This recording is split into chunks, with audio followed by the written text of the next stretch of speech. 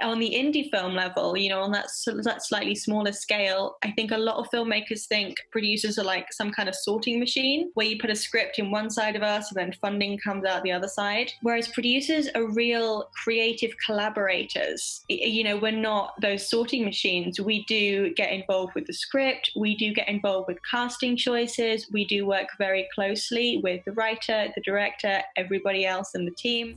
Here we go. Podcast time, everybody. Mike Tech Studios.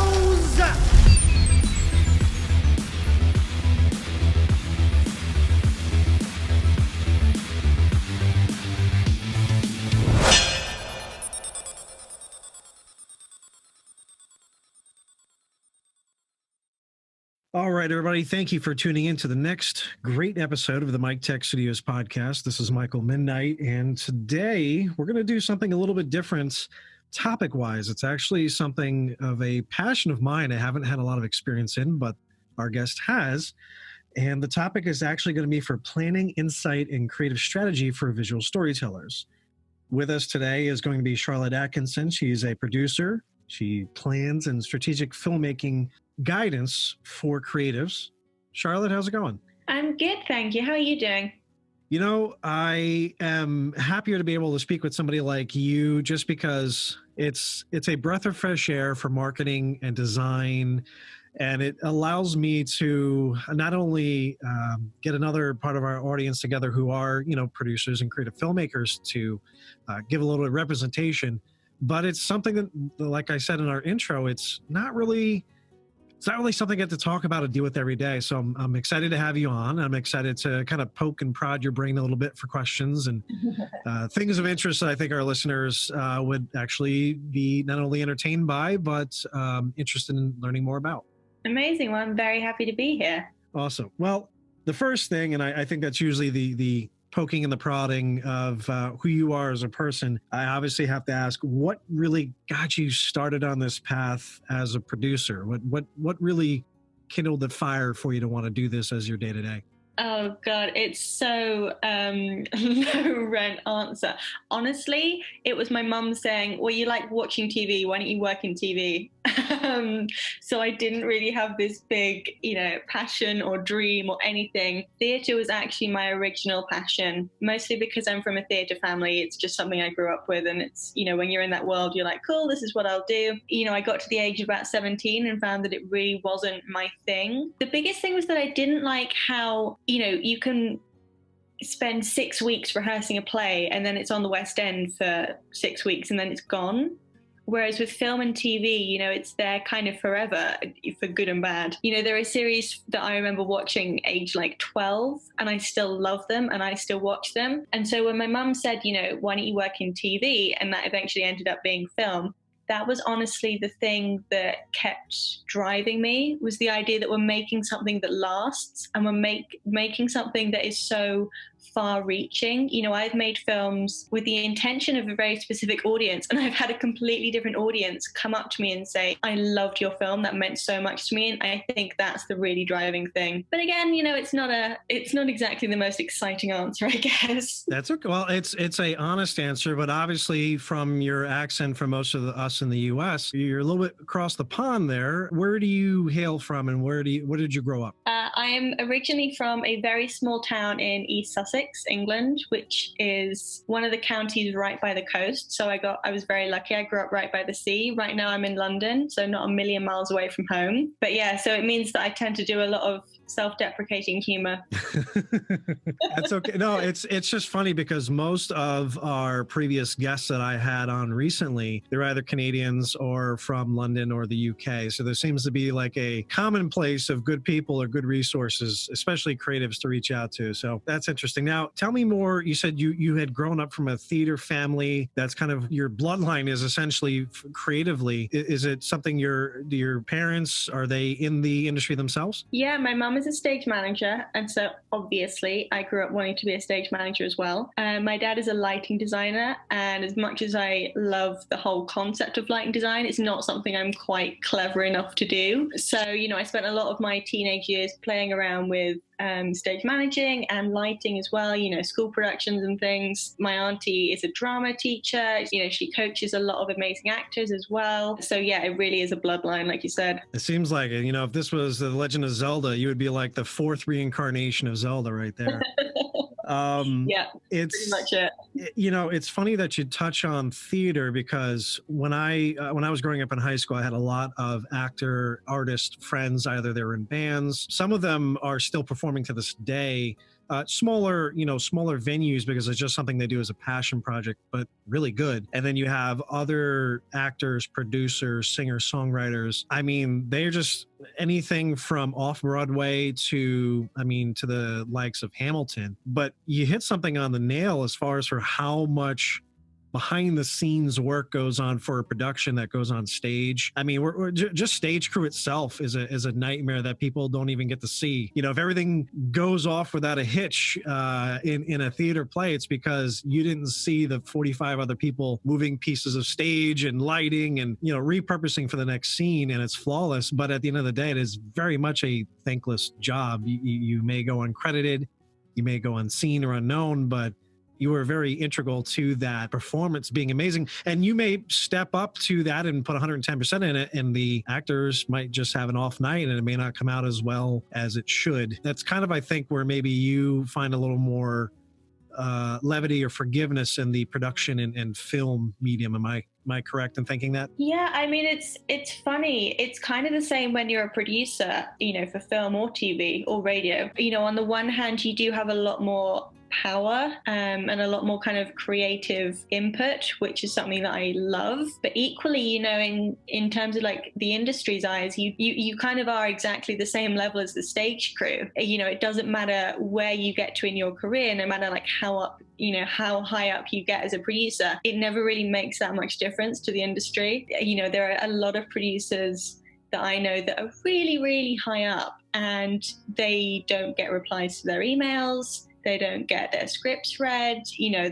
despite having many films to their name, it makes no difference if you're a producer. So it's funny that you mentioned that. It feels like I've kind of graduated from stage manager to producer, but honestly, there's not a huge amount of difference in that sense. Right. It seems like it's more of a title than it is the responsibilities are almost essentially the same. They're just transcending the medium from the platform of being on stage to now being on, you know, some sort of digital film or physical film formats themselves. You know, in my experience, I've had very little actual stage experience. I think the extent that I've done is theater sports and improv acting, which I just remember in those particular situations, even as a producer, I mean, in a sense where you're loosely for improv, the show is only really as good as the story, the recommendations from the audience. So if the audience is not really interacting with the experience, it kind of kills the energy and the chemistry of the show. But you're also as strong as your weakest actor. So as a cast, and I mean, stage crew, light, everybody, sound, everybody is part of this production. And if somebody falls, especially during a live presentation, if you will, a live show, I mean, it shows. You can't hide it. I think it would be it's a lot more stressful. And even in my experience, again, video short story was the closest I had gotten to smaller little pet projects here or there. And I just remember the video short story teacher really highlighting about how things can change and adjust in the editing process and the post process, and sound really giving that brevity that if you have a good, concise production, clean editing, clean storytelling, sound really just bumps it up. It's I think George Lucas always says sound is 50%, sound is half. I would almost say it's like 75%. The story, if it's good, it's going to be enhanced, but it has to be a good starter. You know what I mean? Like a good recipe for success, especially for a good film. Yeah, definitely. It's so funny, all of these kind of smaller moving parts that we don't really see or hear about or talk about that often. You know, when they're done wrong, it's painfully obvious, you know? And so it is just so crucial having the best team around you. You know, I think in film particularly, there's often this idea that you need to pay someone a lot of money, or you need to get the really expensive people in, or get the really expensive equipment or whatever. And really it just comes down to the people and making sure that everyone works really well together, so that you never have those glaring errors, whether it's theater or whether it's film, it's always the same. It all comes back down to the people. And the ego flare-ups. We don't need, people prancing off scene. Quit. I don't want to work with this guy. He's a knucklehead. It actually leads me into a very good question, that we talked a little about this prior to the podcast, but there might be some other insights that you can have some listeners, sort of glean from. As a producer, what are some details that most people either in or outside of the industry overlook? For example, we had spoken about it when you're in a project.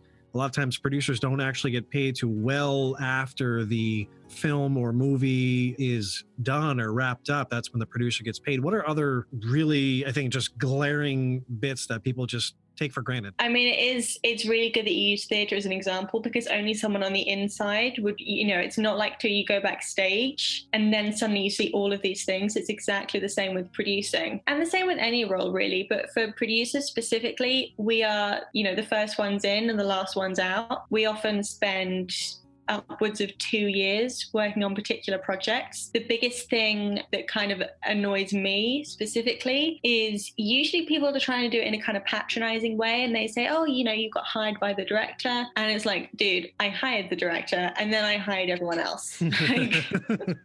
I don't have time for the patronizing thing. Again, on the indie film level, on that slightly smaller scale, I think a lot of filmmakers think producers are like some kind of sorting machine where you put a script in one side of us and then funding comes out the other side. Whereas producers are real creative collaborators. We're not those sorting machines. We do get involved with the script. We do get involved with casting choices. We do work very closely with the writer, the director, everybody else in the team, but we really are the first ones in. So we often develop our own ideas and then get a writer attached, or we pick up a script, and we can spend years and years doing this. And it isn't until you get to production and you actually close your finance that you get paid for however many years worth of work you've done. I mean, if you said, if that was a business proposal, someone would tell you you're an idiot, Yeah, because I can spend, and admittedly it's not just me, it is a producer thing, it's our job, but you can spend 2 years developing a project, getting the script right, securing the funding, but it isn't until you actually get into production and you start shooting that you finally get paid for it. And I think, it's just about having that awareness, as a producer. And before I even became a producer, I was always told, this was just the biggest piece of advice I got from everyone: make sure you understand every single person's job. If you can, work in as many different roles on set as possible so you have that level of understanding. But if you aren't thinking about being a producer and that's not your goal, then it's not common to hear that advice,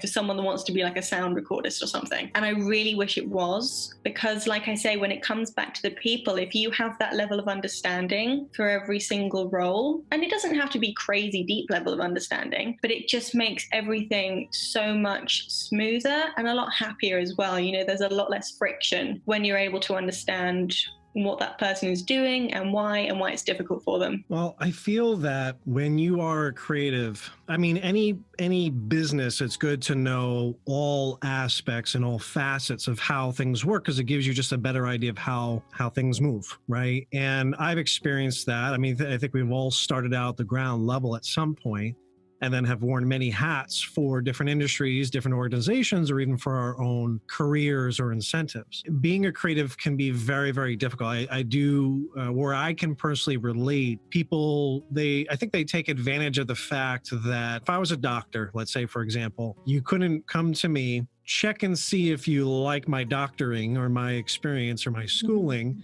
Maybe my diagnosis is good, maybe it's not. You kind of want to put one toe in. You don't really want to dedicate or commit. And then you kind of want to see another doctor that might be able to give you the same advice or situation for $5. You go, I'm good. I don't want to deal with it. Even though I've invested your time, we've had an hour session, emails back and forth. I can't really pay you. I don't think that I have to pay. I should have to pay you. And as a creative, we're not getting paid by the hour or paid for a project based on what you think we should be getting paid to solve your problem. We're getting paid to solve your problem. So if it's $5, $500 or $5,000, if it costs us 5 minutes of our time or 5 years, it solves your problem. You may not like that it was done quickly or may, have taken far more time than you expected, but it's the same thing. We still, did we help produce your piece? Is it as you desired? Is it up? Is it out? Is it, operational? Yes. Then it's a success. And I think, unfortunately, that people, they miss that mark. They don't look at a 360 view. Sometimes you can be really busy personally or professionally, and you're just got that tunnel vision. That's all you can see is that 2 steps ahead of you, or just, as a black box theater production, let's say, for example, something very small and very intimate, you're only worried about that one show if it's just your show. You don't realize if you run a little long, there's 15 other shows that have to go through in that same 2 hours, and somebody has to rush through something else in order to do that. And again, that's a non-paying example, but that sucks. But I mean, even with the smaller projects, what are let's say, what are 2 of the biggest struggles that you found with smaller projects that you're able to turn around with your guidance and experience in the industry? Oh, you make it sound so elegant. Thank you. That's my job. You're welcome. And that's why you're the one in marketing and not me. You make it sound all excellent. Oh, I mean, every film is different. I mean, it's so funny. If you ask a producer, tell me about making your film, everyone has some crazy, wild story, which is always quite entertaining. A kind of classic expression is that if making a film was easy, everyone would do it. Of course. And it's right when you're in the middle of making a film, you're like, oh, why am I doing this? The biggest struggles that I've had have usually been either personal issues with people I've been working with, or it's been something related to the script. We had one script, tiny short film, brilliant story, and it was set in this very interesting world where it looked beautiful on the outside, and then as soon as you scratch the surface, there's this kind of cult thing going on. Anyway, and yeah, it was really fun. And as soon as I read the first page of the script, I was like, okay, we need to shoot this in East Sussex, which is where I'm from. It's that perfect picturesque world. But the director and all of her crew and her cast were all based in Essex, which is a couple of counties away. And so it was a real struggle with locations because Essex just wasn't full of those sorts of places. Right. And so I kept I've got all these images in my head of beautiful farmhouses and my next door neighbors and that kind of thing. Often it's just about searching for the right look and the right feel, whether that's a location, whether that's a costume, whether that's an actor. You have this very set idea in the script, and being able to actually find it in real life is often quite a time-consuming struggle. It's definitely possible, but it is just about the amount of time that you have available. And guaranteed, as soon as you found the location, it's 3 times the budget you've got. Yes, of course. That's the next struggle of negotiating and all of that stuff. But often the biggest struggles happen outside of the script. It usually occurs when you're working with someone who has a different vision for the film than you do. Sometimes it's just plain rudeness and an inability to let go of a script.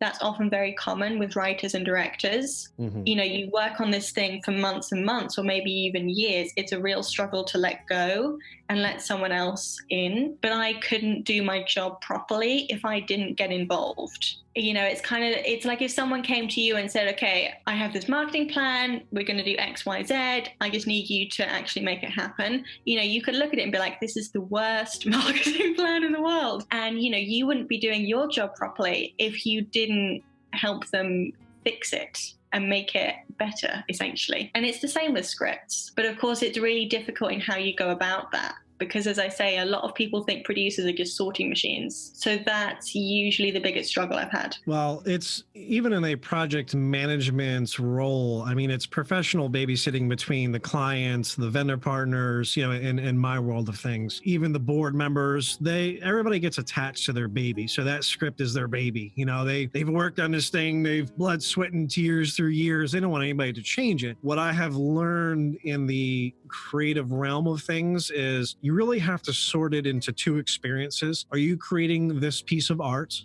Because again, if you're getting paid for it or not, you're still creating. That's what you're being tapped to for your talents and your skills. Are you creating this piece of art as a passion project, or are you looking to get paid for it? Did somebody pay you to do it? Okay, they're paying you for your insight, but at the end of the day, you got to give them what they want. And it may not be what you want, and it may just be a mangled mess of what your original vision was. But that's where it comes into a moral conflict of, how much can I let go and be flexible, and how much is it just interference from above that it's really shoehorning in too many things into the script that just don't make sense, shouldn't be there. It's going to blow us over budget. It's out of the creative perception of what the story is about. Does it embellish and help empower the story? Yes. Great. It's the same thing with marketing, and it's difficult to be able to let go. Every project that I put my work into, I put my blessing into, I want to come out successfully. Nobody goes into a project and says, I'm gonna do this halfway and call it a day. Yeah, I'm happy. No, that's not who we are as people. So when you have 100 people in that area, trying to fight to tweak something to see the best, it's going to go out with their name on it. They want to make sure it goes out well. So I can understand that. And actually that's interesting because that also, I like this. I like how the structure leads us into the next question. Almost like you planned this thing in advance. I know, right? Like, and here I am thinking we're just sitting here hanging out. No. This is all ad hoc. Shh, don't pull the curtain away. This is all as we go along. It's like a choose your own adventure book. Of course it is. No, we like to be prepared. You talked about difficulties sometimes dealing with folks that are working with you or working with the script. How would you let somebody know who is an aspiring producer or a filmmaker themselves? What's your insight on finding somebody truly worth collaborating with? Obviously, specifically for the filmmakers and their selection process for a producer, the director, but this could be anybody personnel-wise that are part of the filmmaking experience. I think the best advice I've ever gotten on this was from a producer called Harriet Reese, and she said, you have to make sure from the outset that you are working with someone who has exactly the same vision for your film. You have to make sure that you're working towards the same goal. A lot of the little details can change, costumes and cast schemes and locations, fundamentally at this stage, it doesn't really matter. It's just about making sure that you are exactly on the same page with where you want this film to go. And like you say, if your script is your baby, it's really difficult to be able to get out of that mindset of script and start thinking about it as a film. There are scripts that I've read and they read beautifully, but I know that only a fraction of that is actually going to translate to the screen. And so when I come in and say, okay, I think, we've got a really great foundation here, I'd love to be able to build on this so that we get the full impact from the film in the same way that we get the full impact from the script. You do have to make sure that you're open to that. That's again where a lot of things fall apart, is someone saying just flat out no. It's maybe just because I'm quite a lost cause supporter, but I always try and, stay as open as possible for as long as possible. It's very rare that someone will say, why don't we try this out? And I'll flat out say no. If I don't think it's a good idea, I'll say so, but I'm still willing to try it. Unless we've got a really tight deadline coming up or something. Right. But if you're not willing at all to, whether you're a writer, director, producer, or just general creative, if you're not willing to have any input and to at least hear them out and experiment with it a little bit, then, you're kind of going to be at the end of the day, you're just going to be left with your script by yourself. You can make a film by yourself, but it's not the best way to go about it. And so if you really see this being a film on screen, whether that's at festivals, whether you're doing an online release, whether it's a feature film and you want to see it in cinemas, you need to make sure that you know what your goal is and that you're collaborating with people that have that same goal and you're all working towards the same thing. That makes sense. I mean, even I remember with the improv acting factor, if there was a scene that we didn't think was going to work, we had what was called the Olay. So if something was so disastrous halfway through, it just wasn't connecting, it wasn't working out, the characters that we were trying to embody, it just wasn't happening. What the guy just said, hey, Olay, hey, things that we try it didn't work.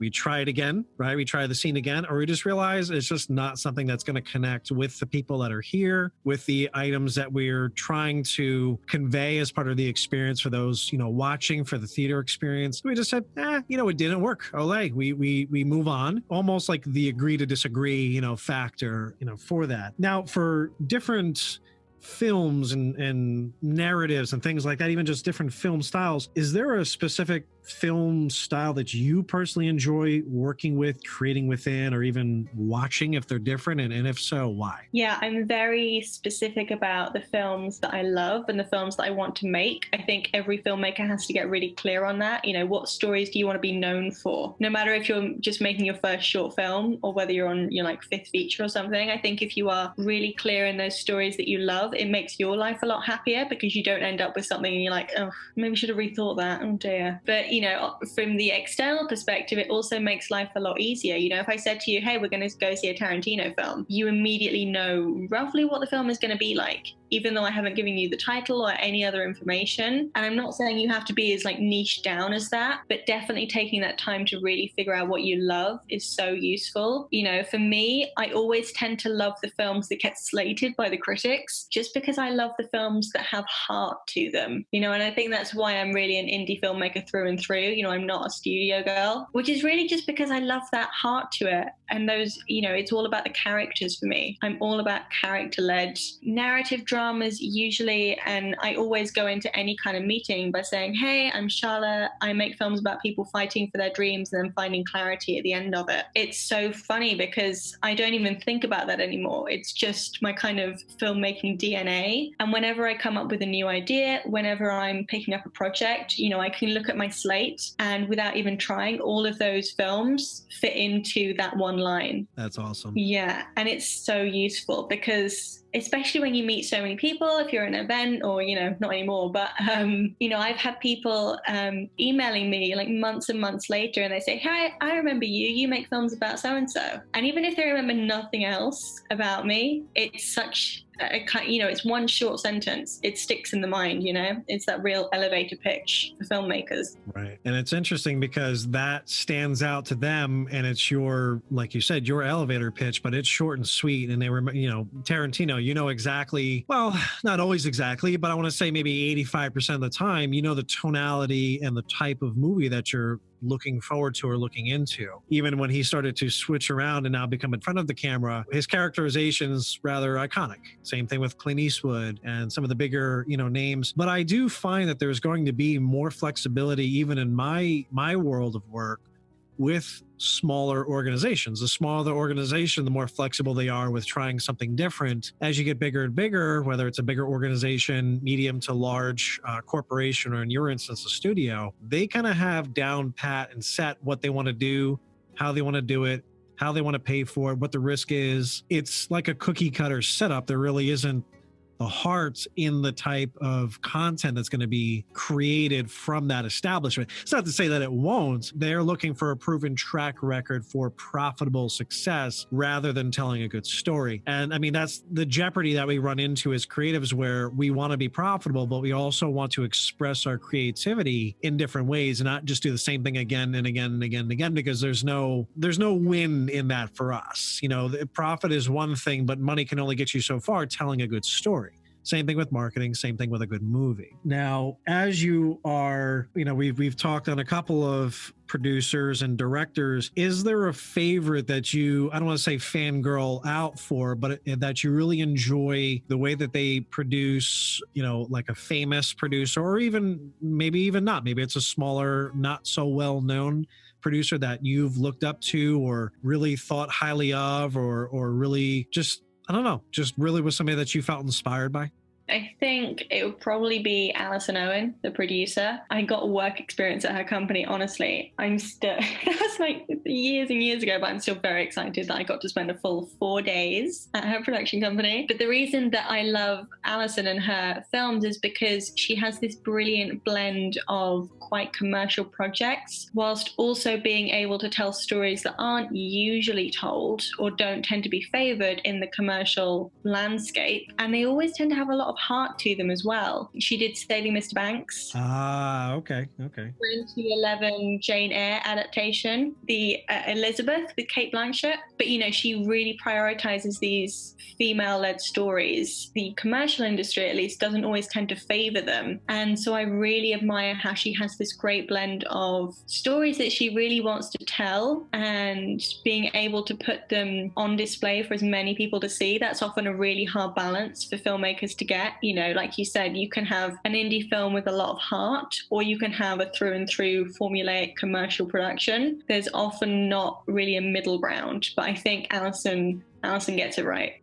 Well, it's funny because, again, the middle ground is not really movies that you tend to hear about. Those indie films that are really something new or different or exciting is they tried something different and were successful. And of that one success that you hear, nobody hears of the thousands and thousands of failures of other projects that tried something different and failed. But in their eyes, a produced piece is a successful piece. The end. If you were looking to tell a story, you are that much closer to successfully putting a project together, even if it's garbage. You have a project out there. You have a film out there. You have a video short out there. That's far closer than the idea guy or gal that says, hey, this would be great for a movie. And that's as far as they throw it out there, and they don't do anything with it. Now, profitability is great, but after a while, it kind of starts getting stale and almost sell outish, if you will. If it pays your bills, by all means. If it's not hurting anybody's ethnicity or creed or beliefs or anything like that, then it is what it is. There are worse things to happen in life. But I know for me personally as a creative, it's burnout, to do the same thing for 10 years, same type of film. You want to try something different, to be known for something different, to just stretch your boundaries, to see if you can. If you can't, then hey, I tried. Those type of projects, and you see a lot of actors, they won't actually touch on projects so they're well known unless it's something that really piques their curiosity, unless it's a really good,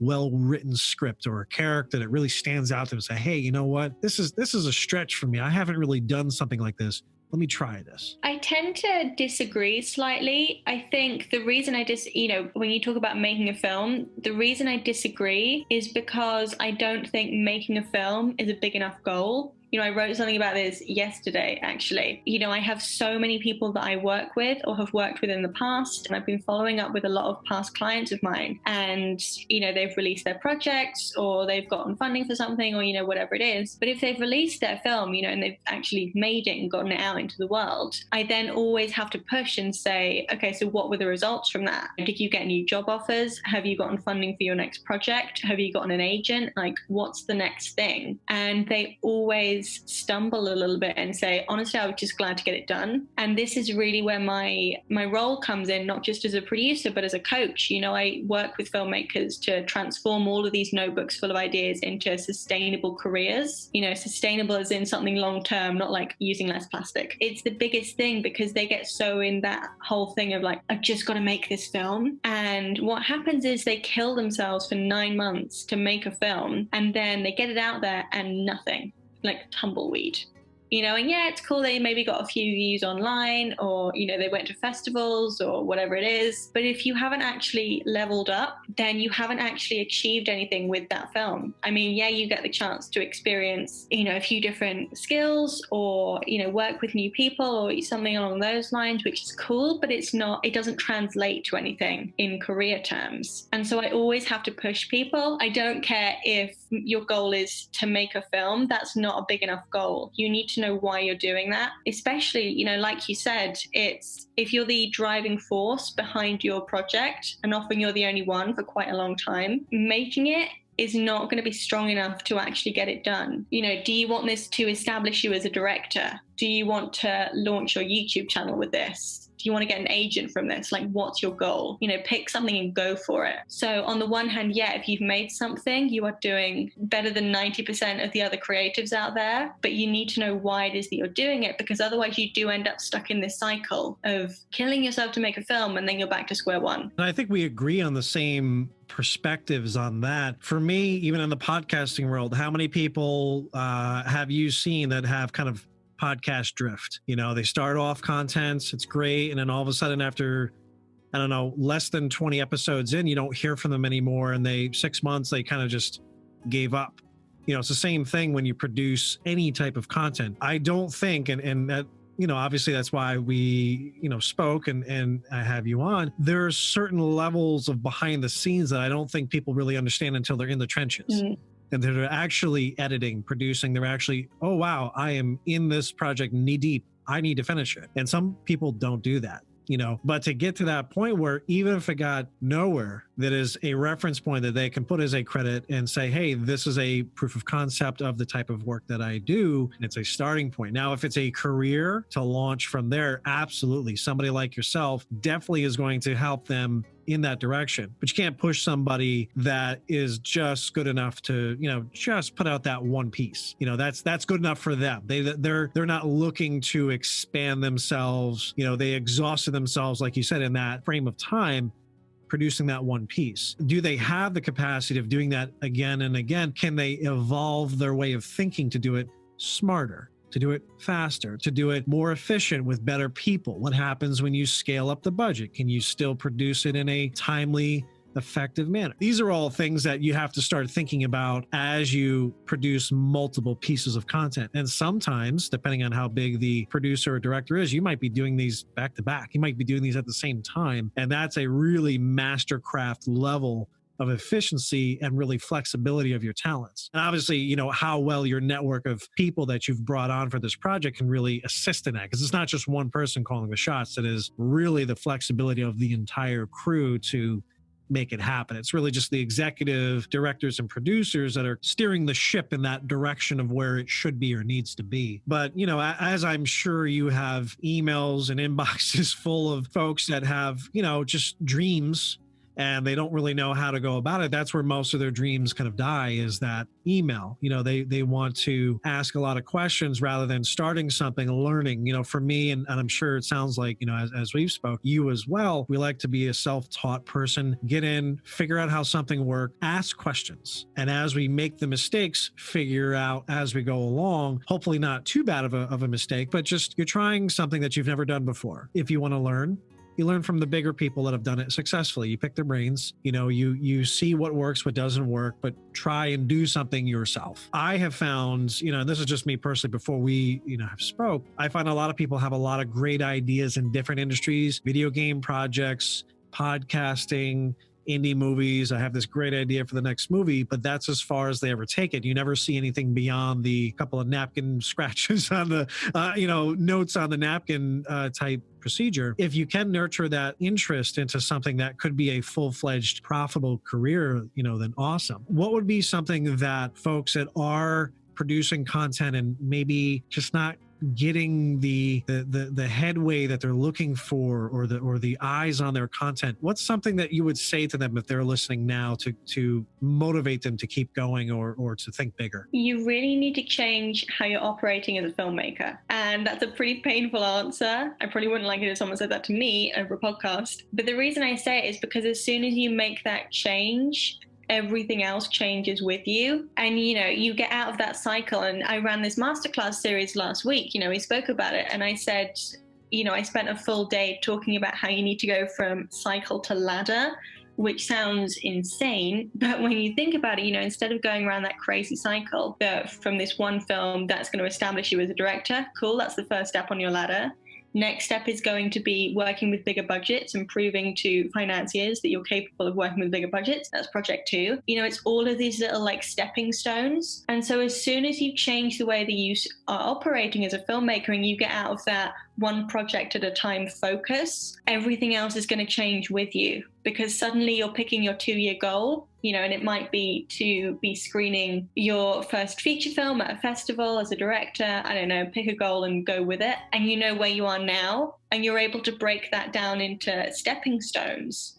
So you need to direct your first short, and then direct a larger scale short film, and then get the script together for your feature. You can break it down into those manageable chunks. And when you start thinking about that, long term, life changes, honestly, because you're no longer just working on this one project on a small scale, in your downtime. You suddenly have a whole 2-year plan for your career. I'm still hitting those targets that I set for myself, way back in October when I picked out my next 2-year goal. I'm still hitting those stepping stones because I know that system of pick your goal, work out the stepping stones, job done. I make it sound quite simple, but honestly it is. It's different for everyone. So, it's not like there's a cookie cutter kind of path to follow. But once you start following that system, you have a career. You don't just have a project. I like the visualization instead of going round and round on the track, that you're actually on a ladder rung going up, your next move, your next move, your next move, and it being a carefully considered sort of precise, the precision in it and moving forward rather than just chasing your tail, next project, next project. I think that really helps in changing your perception of how you do it. If this is what your passion is,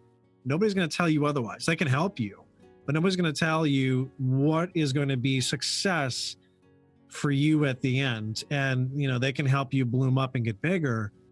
But I just feel that, especially in this time right now, folks are really reevaluating their life, their lifestyles, their work ethics, maybe their career path, their industries, their directions, maybe just their to-do list, things they haven't really checked off yet. That's why I have a variety of different guests on that is a timeless experience, regardless of what's going on in their life, age-wise. There is little nuggets of information that you can glean from that. Mm-hmm. That allow you to get on that next rung rather than chasing your tail. And at some point, you're going to end up popping in neutral. You're going to exhaust yourself. You're going to lie down and you've never made it off that track, where if you take a breather on a ladder and you're climbing up, you've climbed up 13, 14, 15 rungs and you take a little rest, you're still up. You're still elevated. You're still moving towards that next goal, that next plateau. You have that 2-year goal set out for yourself. Boom, you're there. Now, where's my next 2 years? And it's not going to be perfect. Though one of the rungs might be a little, mildewed. You might get a little tired and go to grab it and it breaks. That's what happens. It's life. But at least you're that much further away than just literally on the same plane. So yeah. I really enjoy that. Charlotte, I appreciate your time. You can find Charlotte on Instagram on Charlotte Produces. You can definitely check in and connect with her on Facebook. She has Facebook Live sessions like how to pitch to producers that she did today to help other creatives. You can check out her content, her classes and services directly on charlotteproduces.com. She also has a sign up on her website that you can get to for an easy to read producer's checklist. You just put in your information and that goes out to you as well if you're interested. But Charlotte, I really appreciate your time and stopping in to talk with us and being a guest on the show. Really, thank you very much. You're very welcome. Thank you for having me.